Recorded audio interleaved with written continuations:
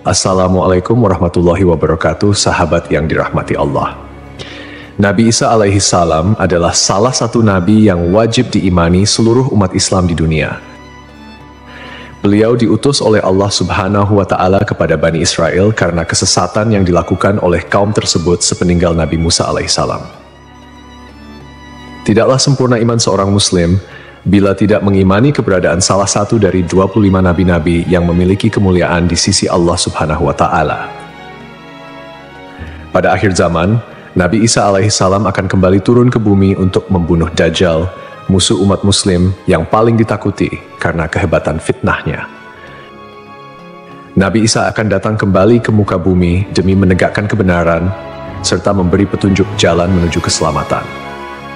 Selain itu, ia juga membawa misi penting untuk membunuh Dajjal. Dajjal akan menyebarkan fitnah, kemudian berusaha menyesatkan umat manusia agar jauh dari jalan Allah. Tipu dayanya amatlah dahsyat sehingga yang baik akan terlihat buruk. Namun, tahukah Anda mengapa justru Nabi Isa alaihi salam yang ditugaskan Allah Subhanahu wa Ta'ala untuk membunuh Dajjal? Mengapa bukan Nabi Muhammad Shallallahu Alaihi Wasallam yang secara syariat sebagai junjungan seluruh umat Muslim di dunia? Sejatinya, hanya Allah SWT yang tahu alasan mengapa mengutus Nabi Isa untuk membunuh Dajjal. Tapi sebelum lanjut, jangan lupa klik tombol subscribe, like, komen, dan lonceng notifikasi sahabat untuk mendukung channel ini agar terus menyiarkan syiar Islam. Serta silakan tulis harapan sahabat di kolom komentar. Semoga semakin banyak yang mengaminkan, maka makin cepat terkabul. Membuktikan Nabi Isa masih hidup. Alasan pertama yaitu membuktikan bahwa Nabi Isa masih hidup. Bangsa Yahudi dan Nasrani percaya bahwa Nabi Isa dibunuh dan disalib oleh orang-orang Romawi. Namun, sebenarnya Allah Subhanahu wa Ta'ala menyelamatkannya dengan menggantikan peran Nabi Isa alaihissalam kepada orang yang wajahnya diserupakan dengan beliau. Sedangkan Nabi Isa alaihissalam sendiri diangkat ke langit atas izin Allah Subhanahu wa Ta'ala. Karena ucapan mereka orang Yahudi, sesungguhnya kami telah membunuh Al-Masih Isa putra Maryam, Rasul Allah.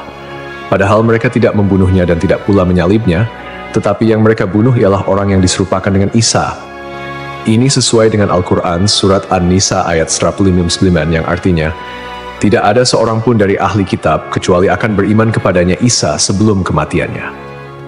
Dan di hari kiamat nanti, Isa itu akan menjadi saksi terhadap mereka.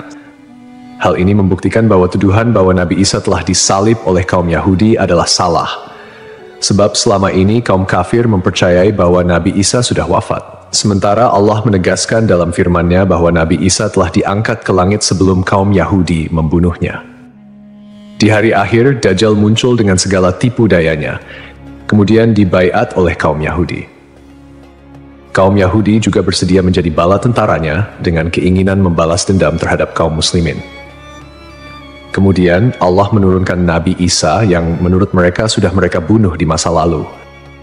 Allah menolong Nabi Isa sehingga berhasil membunuh Dajjal dan mengalahkan bala tentaranya. Di masa itu, mereka sama sekali tidak bisa lolos.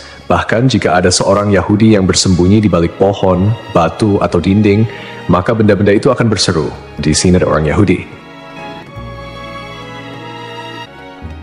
Dekat dengan Nabi Muhammad. Salah satu nabi yang memiliki kedekatan khusus dengan Nabi Muhammad adalah Nabi Isa. Aku adalah manusia yang paling dekat dengan Isa bin Maryam. Antara zaman kami berdua tidak ada nabi yang memisahkan. Selain itu, Nabi Isa sendiri pernah berdoa kepada Allah Subhanahu wa Ta'ala untuk dijadikan umat Nabi Muhammad.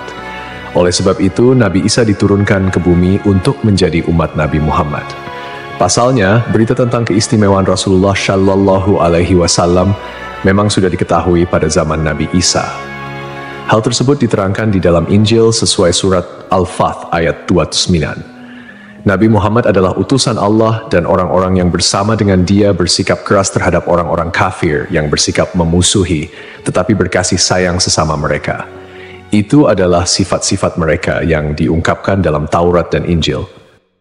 Yakni seperti benih yang mengeluarkan tunasnya, kemudian tunas itu makin kuat, lalu menjadi besar dan tumbuh di atas batangnya.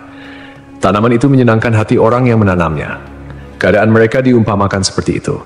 Karena Allah hendak membuat marah orang-orang kafir. Allah menjanjikan kepada orang-orang yang beriman dan mengerjakan kebajikan di antara mereka ampunan dan pahala yang besar. Nabi Isa alaihissalam kembali turun ke bumi diyakini akan menegaskan kebenaran dari ajaran Nabi Muhammad SAW. Tidak bisa dipungkiri bahwa saat ini banyak umat Nabi Isa yang tidak menerima ajaran Nabi Muhammad SAW. Padahal Nabi Isa alaihissalam merupakan pengikut dari Rasulullah SAW. Al-Baghawi menceritakan dalam tafsirnya bahwa ketika Isa alaihissalam mendatangi Baitul Maqdis, di mana orang-orang sedang bersiap salat asar, maka imam di masjid itu mundur dan menyuruh Isa untuk maju. Namun Nabi Isa enggan dan ia tetap salat di belakang imam dengan syariat Nabi Muhammad SAW. Menjalankan kewajiban jihad. Menjalankan kewajiban jihad sebagai kaum muslimin adalah tugas yang penting. Maka Nabi Isa diturunkan ke bumi untuk menjadi umat Nabi Muhammad. Keistimewaan Nabi Muhammad memang sudah diketahui sejak masa Nabi Isa dan diterangkan di dalam Injil sesuai surat Al-Fath ayat 29, yang artinya, Muhammad adalah utusan Allah dan orang-orang yang bersama dengan dia bersikap keras terhadap orang-orang kafir, tetapi berkasih sayang sesama mereka. Kamu melihat mereka ruku dan sujud mencari karunia Allah dan keridhaannya. Pada wajah mereka tampak tanda-tanda bekas sujud. Demikianlah sifat-sifat mereka yang diungkap Taurat dan sifat-sifat mereka yang diungkapkan dalam Injil. Saat Nabi Isa turun ke bumi, Dajjal sudah berada di tengah masyarakat dan memperdaya manusia. Sebagai kaum muslimin, Nabi Isa berkewajiban untuk berjihad melawan Dajjal dan bala tentaranya. Menjalankan kewajiban jihad. Allah Subhanahu wa Ta'ala memilih Nabi Isa alaihissalam untuk membunuh Dajjal sebagai bentuk penegasan terhadap kebenaran agama Islam. Sebagian umat Nabi Isa masih belum menerima ajaran Nabi Muhammad dan masih memandang Nabi Isa sebagai anak Allah Subhanahu wa Ta'ala, walaupun Nabi Isa sendiri menolak klaim tersebut.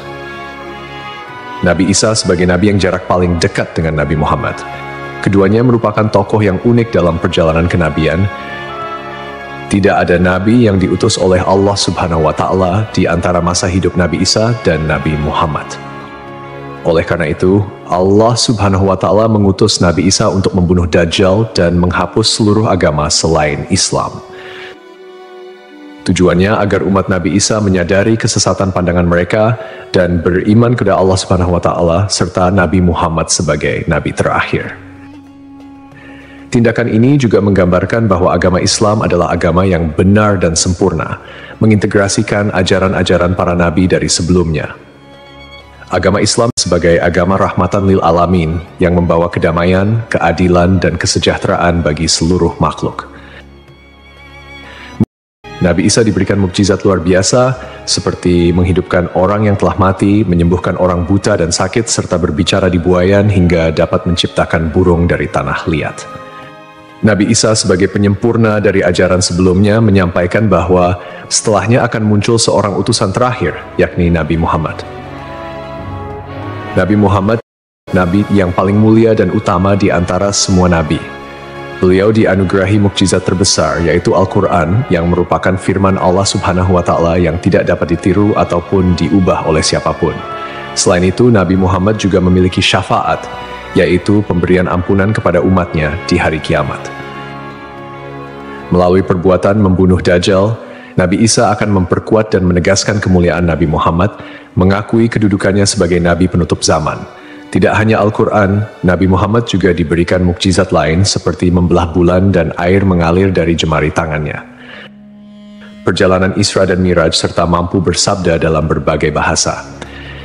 Mukjizat-mukjizat ini menunjukkan kekuasaan Allah yang melampaui batas akal manusia. Sementara keistimewaan Nabi Muhammad sebagai utusan Allah yang paling sempurna semakin terungkap, akhlak mulia, kejujuran tak tercela, keberanian luar biasa, dan kepedulian yang mendalam terhadap umatnya juga menjadi bagian dari kepribadian Nabi Muhammad. Beliau adalah uswatun hasanah, telan baik bagi seluruh manusia.